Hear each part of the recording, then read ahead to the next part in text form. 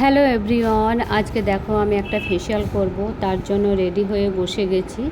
তো প্রথমেই দেখো আমার ফেসটা ক্লিন করা হচ্ছে।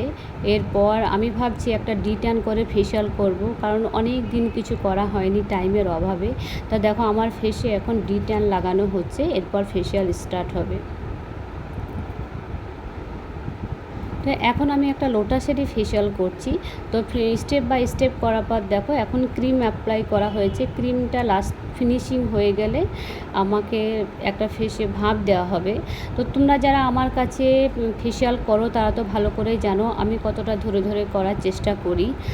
আর এই জন্যই আমার কাছে দূর দূর থেকে ক্লায়েন্ট আসে। আর আমি সবসময় চেষ্টা করি যেন আমার ক্লায়েন্টকে আমি ভালো সার্ভিস দিতে পারি। তো দেখো ফেশিয়াল করার পর আমার ফেসটা দেখো কত ফ্রেশ লাগছে। আর প্যাকটাও টাইম ধরে রাখতে পারলাম না, কারণ এর আগে আমার ক্লায়েন্ট বসে আছে।